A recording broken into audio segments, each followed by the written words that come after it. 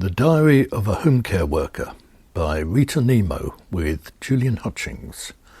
You're listening to episode 2, Wednesday. Ruby has dementia. Lots of my clients do, or it seems they do, but it's not always diagnosed, so it's not on the care plan. We have to guess or work it out for ourselves. She's abusive and offensive and racist. I think it's the dementia causes that, but I'm not sure. I had that bitch Alison yesterday, she said today. Fucking black cow, I hate her. Now, Ruby, I said, that's not very nice, is it?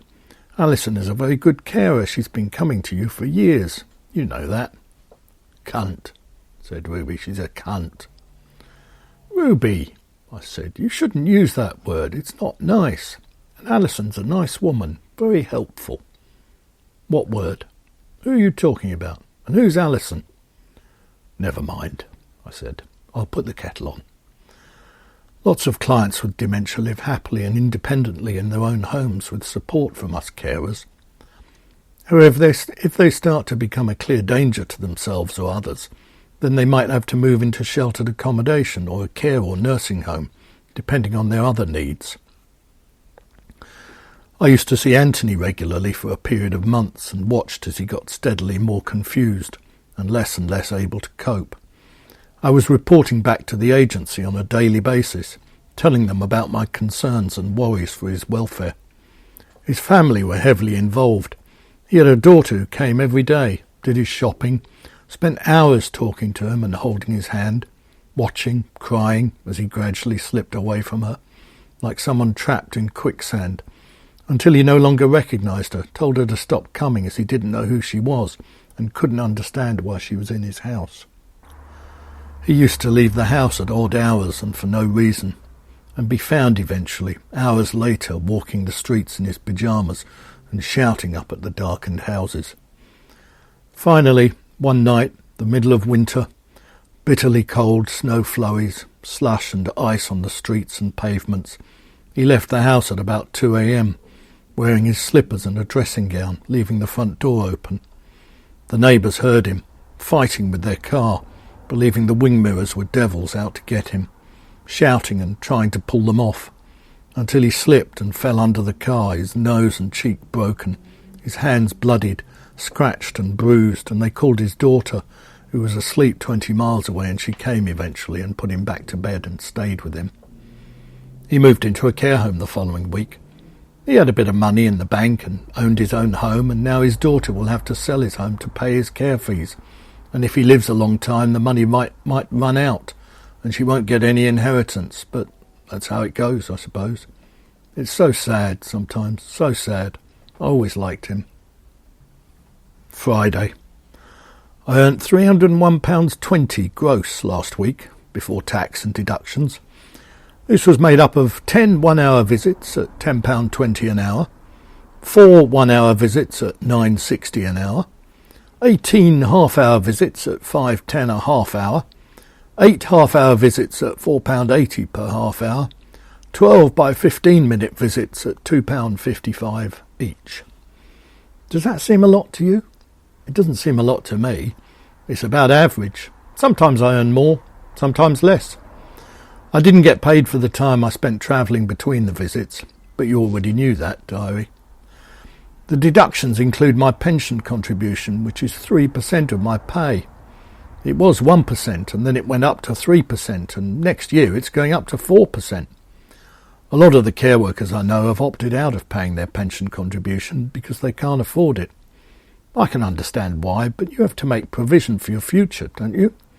Mind you, 3% of my pay isn't going to amount to much of a pension, even with the contribution my employer makes, and the bit extra the government puts in. Not with interest rates the way they are. Maybe Richard will get to be a famous Instagram star and will keep his mum in the manner to which she has never become accustomed. But I doubt it. Tuesday. Charlotte likes me to wear my uniform. I see her a few times a week. Charlotte is what they call, there I go again, a lesbian. Nothing wrong with that, but some carers have a problem with it, so she says. Why would you have a problem with that? It's crazy. I just don't understand why people think sexuality matters. Whether you're straight or gay or bi or trans, why does it matter? Just be yourself, enjoy life and try and find a bit of happiness and someone to love. Some people have some strange religious hang-ups and they think God cares whether they love a man or a woman, or both, or neither, or one who dresses up or wants to be a different gender. I have news for you guys. God doesn't care, and nor should you. Be happy and be true to yourselves should be the whole of the law. That's my philosophy. Anyway, Charlotte. She's an elderly lesbian. Never married, obviously not to a man, and this was in the days before a woman could marry a woman. With very short grey hair, no makeup, and she always wears trousers and sensible shoes. That's what they called them back in the day. Now, of course, they're just Dr. Martens, and all the lesbians wear them. There's a stereotype for you. But you know what I mean. Strong walking shoes with rubber soles and laces, comfortable and obviously no heel. Heels were designed to make a woman's legs look longer. Did you know that, diary? Why am I talking to you like you're a person? Perhaps I'm going mad, or I'm lonely, or both. I don't see Richard so much these days. He spends a lot of time in his room and he's always on his phone, Instagramming or Snapchatting or texting or looking at YouTube or finding pictures of girls on Pinterest or just finding porn. Not that he has to look so hard. I should probably restrict his screen time, as they say, but why should I? He does his homework, he does his chores, he's a good kid.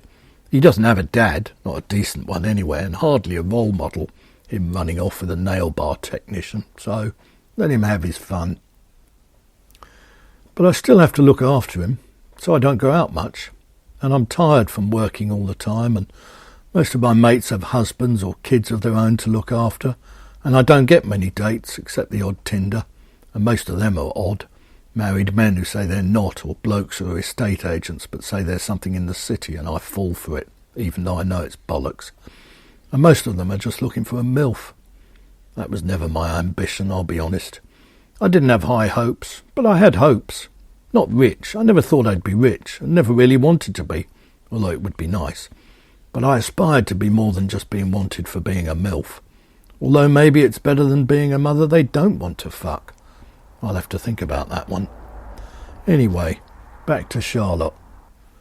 She'd been a university lecturer and then a professor, physics, I think, at one of the big London universities throughout the 60s, 70s and 80s, before retiring and buying a place in Umbria with her partner, Charlie, a woman, obviously, and doing it up with the intention of dying there together, surrounded by olive groves, lemons, pine trees and terracotta, trousers, sensible shoes, stone-baked pizza and lots of sweet Tuscan wine.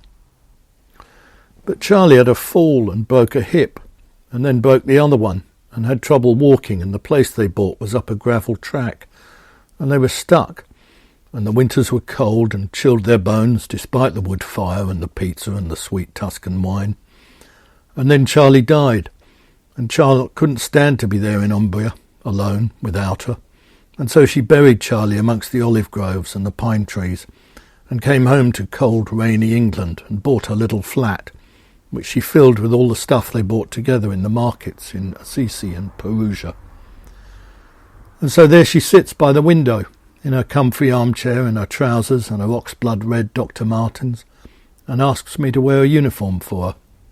It's not really a uniform. It's my care worker's jacket, dark blue and tight across my chest, with the badge over my left breast, which Charlotte likes to look at, and sometimes draws me close to study it. I know what she's doing, but I don't mind.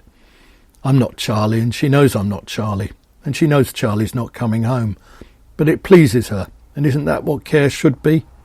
It's not harming anyone. It's not sexual assault. She doesn't touch me. I don't even think it's inappropriate, although some might, with their crazy prejudiced gods. It's all very innocent. It's two people having a moment of closeness, that's all. It's not just giving someone a bed bath or changing their compression stockings or an incontinence pad, emptying a commode, doing the washing up, heating up a dreary Wiltshire Farm Foods ready meal, putting on a kettle to make a weak cup of tea and then leaving them with a glass of orange squash and a handful of tablets to keep the blood pressure down or the arthritis away, and see you tomorrow, put the key in the key safe. Charlotte's old and lonely now and misses her big love, whereas I'm younger anyway, and lonely, and I'm not sure I ever had a big love, including Kev Grimes, and I was 14 then, so it doesn't really count. And what if Tim was my big love and I didn't realise it? I mean, what if Tim is as good as it gets? God, makes you think. So you tell me, diary, who's worse off? Better to have loved and lost than never loved at all. I read that somewhere. Wednesday. Gladys was watching television when I walked in and was so engrossed she didn't notice me. The music was so loud my ears hurt. No wonder she didn't hear the bell and I had to use the key safe. It was a lovely day. Deep blue sky, not a cloud to be seen, and the hot sun baked my bones. Gladys had the curtains closed and the fan heater was on. The room was like a Turkish bath. I glanced at the screen as I picked up her dirty dishes to take them out to the kitchen. It was a concert by Andre Rieu, the Dutch classical superstar. Acres of people on screen, beautiful singers in gorgeous dresses, the audience in raptures and evening dress, Andre striding around the stage, occasionally playing his expensive violin. Gladys pressed the remote and paused Andre mid-flight. "I love a bit of Andre," she said. "I like Andre," I said. "I've seen a few of his shows on TV. He's very popular, I believe." "I love a bit of Andre," said Gladys again. "I don't know why he always talks so much German, though." "German?" I said. "Are you sure it was German? I think he's Dutch." "Maybe," said Gladys. "Sounded German to me. I don't like Germans. There was a war, you know." I looked at her. "I know there was a war," I said. "Of course you do, dear. Of course you do."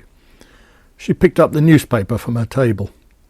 "I'm struggling with the crossword. Complete distinction, 10 letters. A something, T something, anti something. Any ideas?"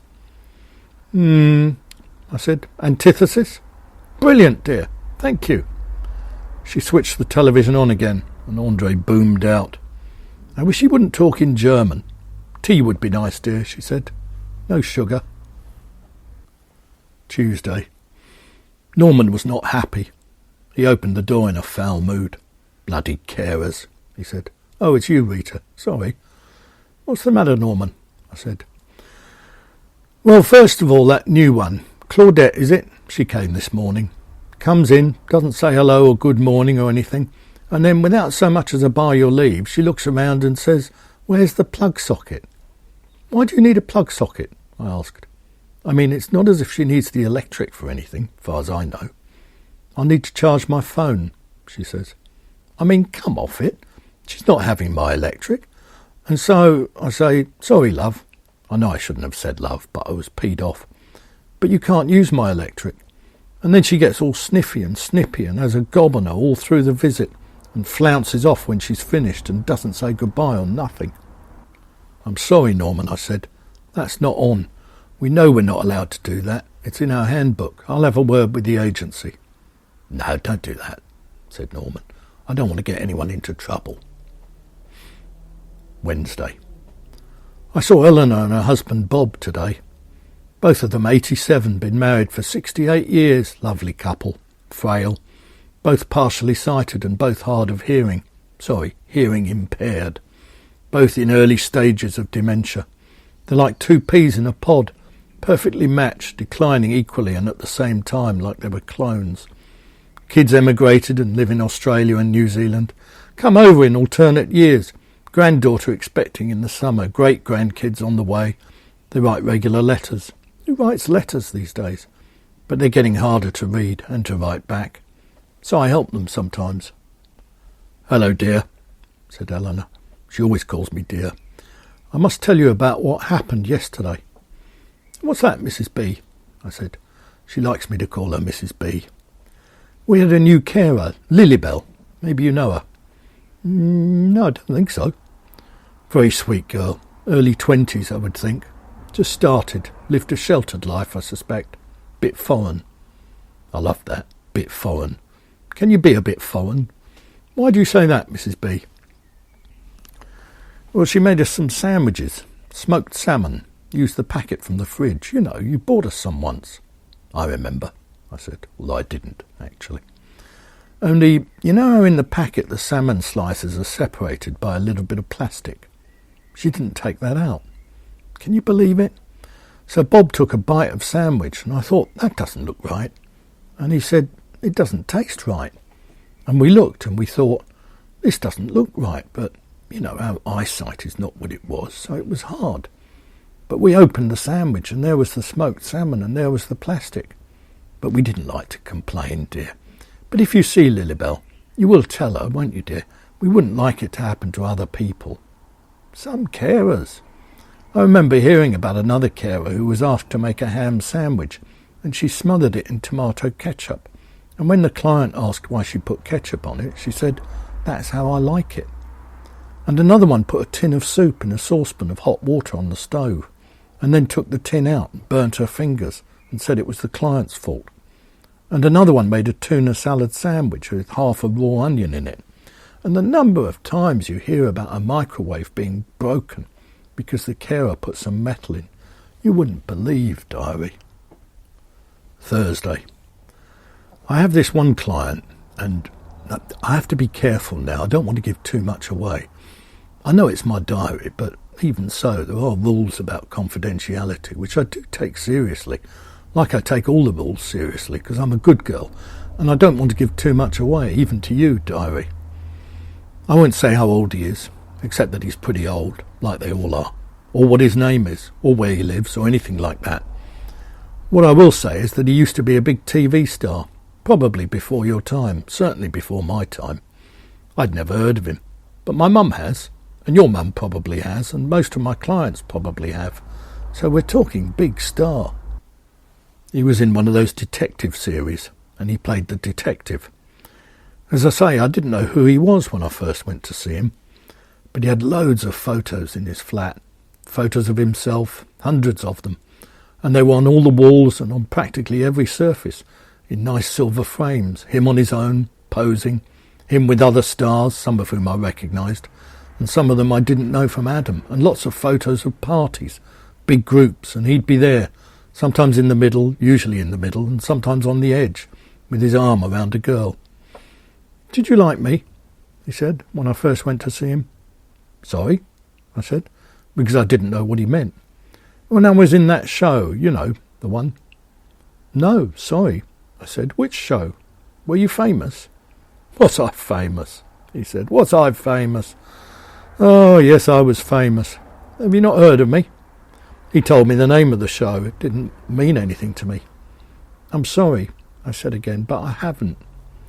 He was crestfallen, and all the sparks seemed to drain from him like a balloon when you stick a pin in it. He sort of fizzed out, looked really small and really old, which he was, anyway, and he has Parkinson's. I tried to make amends. "We never watched much telly when I was younger," I said. "I guess I just never saw your programme. Was it on for long?" "It was on for years," he said, and looked wistful. "We made 47 episodes. It was the longest-running programme of its kind, and it was sold to 32 countries. It was very popular in Singapore and all over the Far East. It's still shown on some channels there. Even now I still get royalties. Not much, but enough." "That's nice," I said, as I started cleaning. He sat in his armchair, old and frail, with his dyed hair and his little moustache, and his eyes looking bloodshot and droopy in a nice suit that was too big for him, and a shirt and a big tie. "I'm gay, you know," he said. "I didn't," I said, "but you don't have to tell me. Your private life is your own. It doesn't make a difference to me if you're gay or not." He gave me a look and started to reminisce. "It wasn't called gay in those days, of course. Queers we were, or puffs, or confirmed bachelors. That's what I was, confirmed bachelor. They all tried to pretend I wasn't, the directors, the producers, the agents, most of my co-stars. We couldn't let the public find out. My character, you see, he was a ladies' man, a real ladies' man. He always got the girl at the end of the show. I mean, if they added up all the girls I was supposed to have shagged, pardon my French, slept with, there'd hardly be an actress left in England that I hadn't had. But I didn't have any of them. Actors, though, that was different. I had most of them. He mentioned various names then, but I won't repeat them. To be honest, some of them I recognised and knew were gay. Some I recognised and didn't know they were gay, and some I'd never heard of. I didn't tell him that, though. I vacuum cleaned the flat. It was what they call a mansion flat, large and spacious with high ceilings, lots of faded, worn rugs, lovely old comfortable furnishings, and loads of knickknacks, awards, certificates, paintings, and of course all those photographs. "You won't tell anyone, will you?" he said, as I was leaving. "Tell them what?" I said, as I wasn't sure what he meant. "About me being gay," he said. "I don't want people to know, my public. They'd be disappointed." "Of course not," I said. "Everything is confidential. I don't tell anything to anyone." "Thank you," he said, and he looked sad. I didn't have the heart to tell him that no one I knew or could think of telling would have a clue about who he was, and that his public were probably all dead, except in Singapore, of course, where I believe they hate homosexuals, and chewing gum. It's a strange old world. He's dead now, but I still won't tell you who it was. Some things should stay a secret. Monday. They've changed our gloves. This may not be a big deal to you, diary, but to a care worker, this is a big thing. We wear gloves to deliver personal care. It protects our hands from picking up infections from clients, but more important, it protects clients from picking up infections from care workers. I've done their health and hygiene training. They're latex, thin, tight to get on, that's the point. And once they've been used, they're disposed of. They're not like rubber gloves that you might do the washing up with. Not that you do the washing up, diary, but you get my drift. So you can imagine if I have a lot of clients in a day, which I do, and they all get personal care, which they're going to, I'm going to get through a lot of gloves. I have to pick them up when I go to the office, which I resent because I'm the one paying money to get to the office to pick up an item of protective clothing which should be provided free of charge. At least I don't pay for the gloves. But maybe that's the only way I can get them, unless Amazon deliver them by drone. Why couldn't that happen?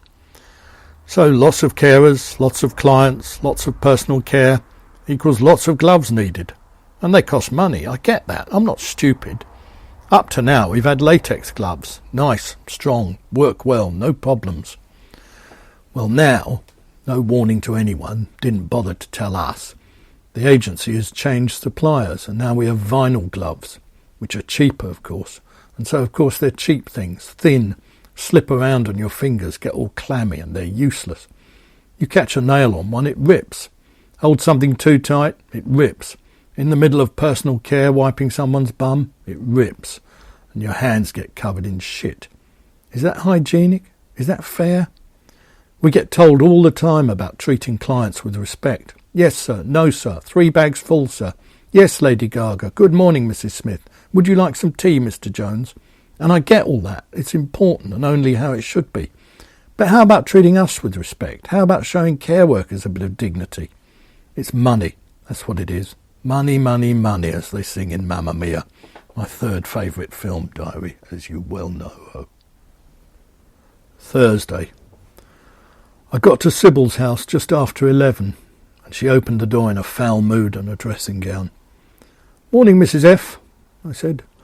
Most of the service users like to be called by their first name. I always ask them what they prefer, but some are more formal, and Mrs. F is one of those. I don't mind, whatever floats their boat. "You're late," she said. It was 7 minutes past 11. "I'm sorry, Mrs. F," I said. "I got a bit delayed at my last call." "I don't care," she said. "Not my problem."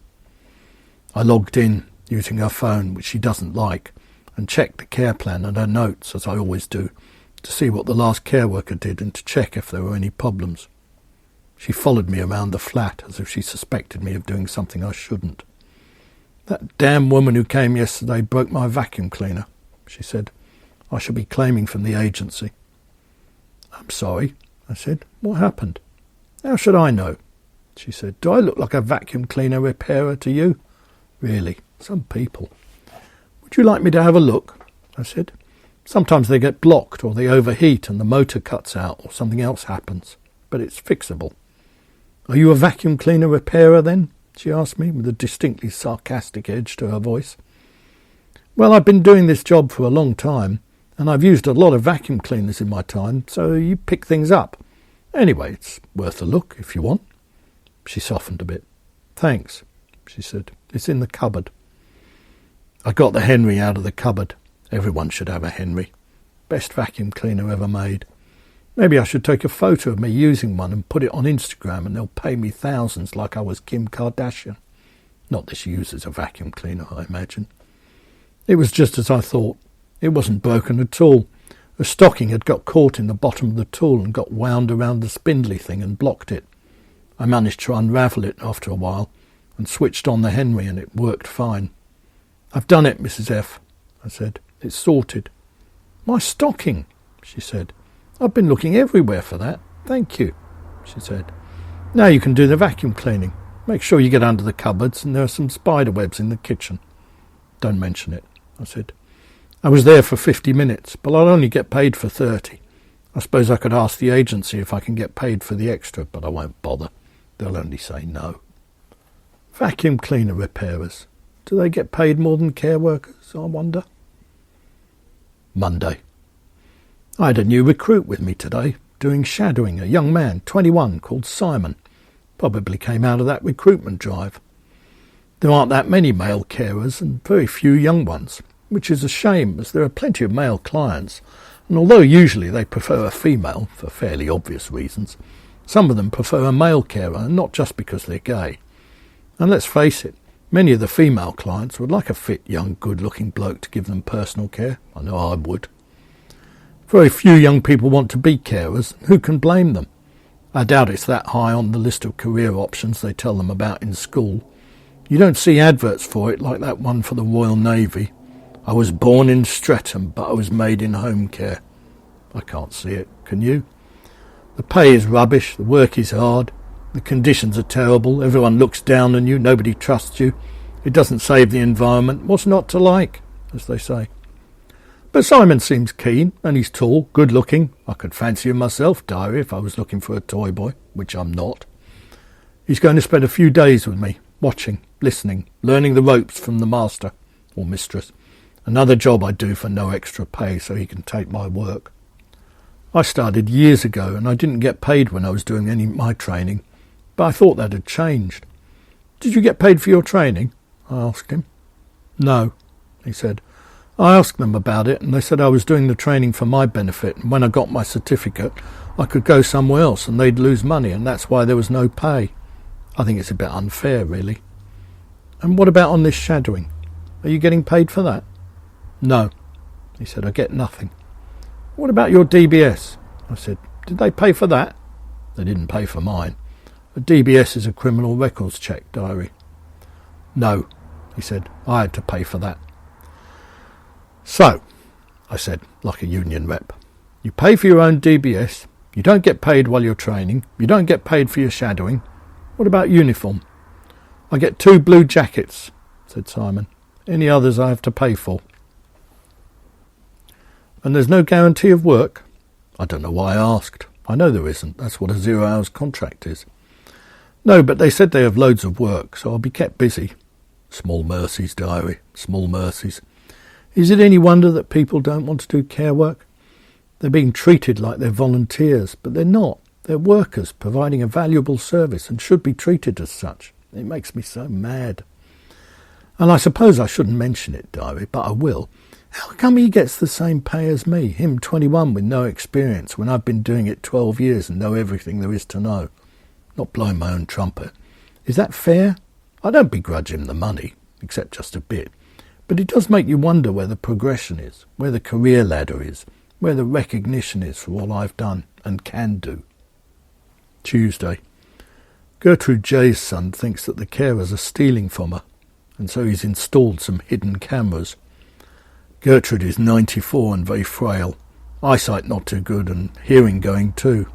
She keeps her cash in little stashes around the flat. Coffee tins, sugar pots, under the mattress, in the chest of drawers with her smalls, in a pot on the mantelpiece. How do I know this? She told me.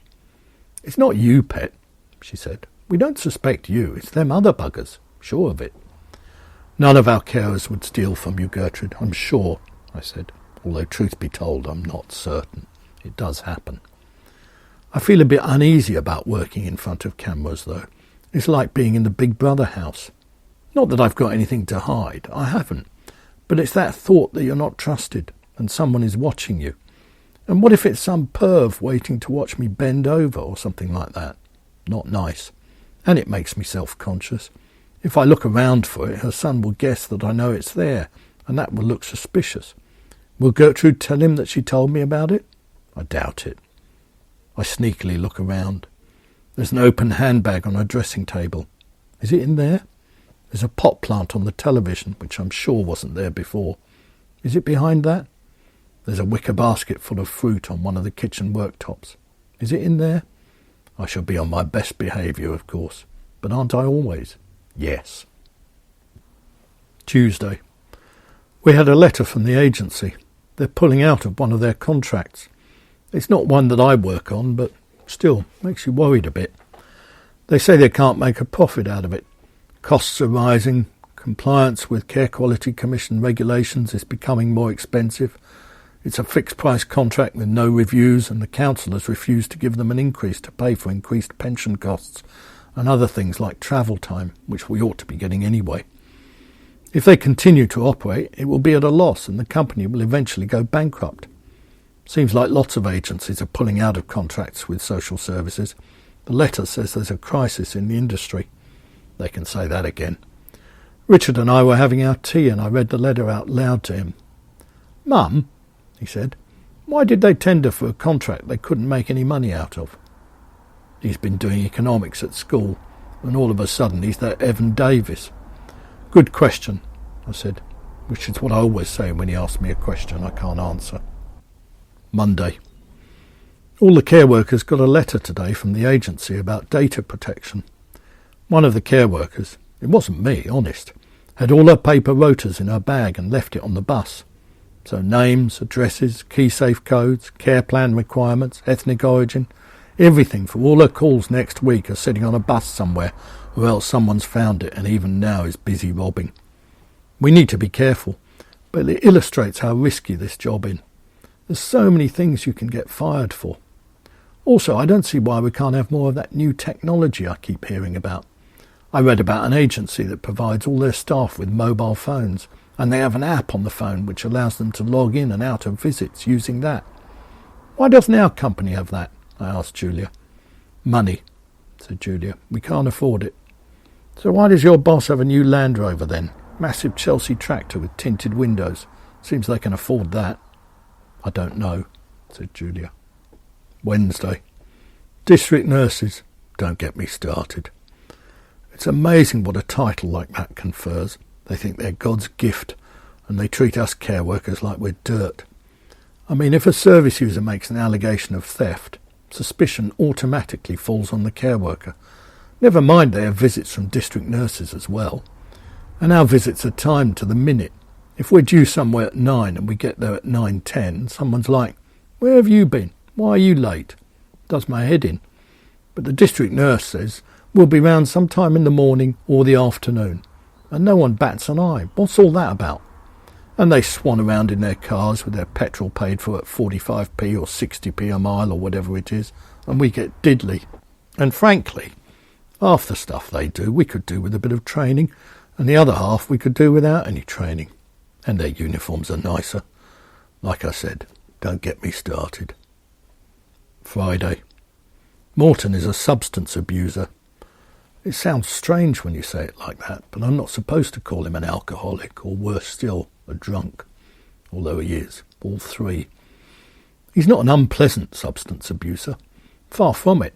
He's a lovely man when he's sober. Only trouble is, I've only seen him sober once, and he wasn't really sober, he was just between periods of drunkenness. I suppose I should say he was between periods of substance abuse, but you might not know what I was talking about. So I'll say sober or drunk, but just to you, diary. If anyone else asks, I'll keep stum. When I arrived today, he was sitting in his chair watching Bargain Hunt. All my service users love Bargain Hunt. He had a glass on the little glass table beside him which was half full of vodka, and there was a half-full, half-empty bottle of vodka on the table as well. Maybe if you don't really drink, like me, although I like my Prosecco like everyone else does. You'd say half full, but if you're a substance abuser, you'd say half empty. Morton looked up when I came in. Half empty, he said. Morning, Morton, I said, cheery as I always am. How are you today? Half empty, he said. Why are you half empty? I said. Not me, you silly cow, the bottle. I'm half full. Ha ha. Morton, I said, it's not nice to call someone a silly cow. I've come to give you some support. You're right, he said. Get us another bottle, would you? How's that for support? And some ice. There's some in the freezer. You know I'm not allowed to buy you booze, I said. Why not? That's the support I need. I thought you were supposed to be enabling me and helping me to be independent. Well, enable me to have some more drink and exercise some independent thought. I think I want a drink. Anyway, I'm not asking you to buy it. My son does that. Just get it from the cupboard. He might be a substance abuser, but he's still sharp. What did the blue team buy? I said, trying to change the subject. You're changing the subject, said Morton. See what I mean, diary? Sharp as a tack. A teapot, a silver salt and pepper set, condiments, I think they're called, and a cut-glass decanter with a silver stopper, which would be great for me, by the way. How much did they spend? 180 quid. They overspent, if you ask me. They'll make a loss, you see if they don't. Cup of tea would be nice, love. 2 sugars. What about the red team? I said. Just the tea, love. Just the tea. Coming up, Morton, I said, and got to work. Monday. I saw Rupert today. He's almost blind and his hearing is poor. His care plan describes him as dual sensory impaired. Isn't that a cold, heartless description?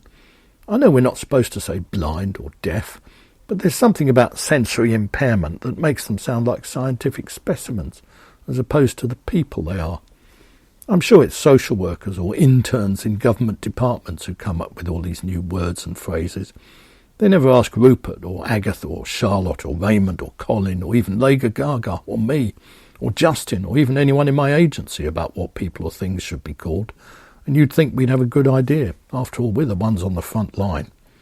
Anyway, like I say, Rupert's almost blind. He's got macular degeneration, which means that his eyesight is going from the outside in, if that makes sense. So the outer bit is blurred, like blinds being drawn slowly across his eyes. He has a big magnifying glass and looks at everything through that, holds it up close to his eyes and peers through it. It's almost impossible for him to read, and he gets these letters from the electric or the gas people, and they're all in tiny print, so I read them to him. Why don't these companies realise that people might have trouble reading their stuff and do it in bigger print? It's not impossible, is it? I've phoned them loads of times, and they always say they'll do it, but they never do. It makes me so mad. He pays most of his bills by cheque. Like most old people, he doesn't trust direct debit, standing orders, and won't pay by card over the phone. Thinks people are going to rob him, which they probably are. Only trouble is, with his eyesight going, his handwriting is getting worse, and sometimes the bank bounces his cheques because they don't recognise his signature. Life can be so hard, can't it? It'll happen to all of us in the end. Rupert's beloved wife Mary died 6 months ago, and he still gets letters addressed to her, even though he's told all the relevant organisations. He got one letter addressed to Dear Mrs. Deceased. Can you believe that? He even got a survey letter from our own agency, and she a former client, and they knew she was dead. I couldn't believe it. I complained and spoke to Jenny in the office. Oh, sorry, she said. We forgot to update the database. Not really good enough, is it? If I was running things, they'd be different, I hope. Oh, and I had a bit of Tinder action. I met this guy in the pub. Lee was his name. Young, but not too young. Reasonable looking, but nothing too special. Not wildly different from his photo, as many of them are. Nicely dressed, no obvious defects. He sees me, recognises me, says, I had a dream about you last night. Did you? I said. No, he said, you didn't want to on the first date. I started laughing. I couldn't believe it, diary. I haven't heard that line since I was about 22, and this guy says it like he's just thought of it, and I walk straight into it, like I'm not 38 or 41. We had a nice enough evening, since you asked, diary, with some more laughs, but it's not going anywhere, and I didn't sleep with him, first date or not. You've been listening to The Diary of a Home Care Worker by Rita Nemo with Julian Hutchings.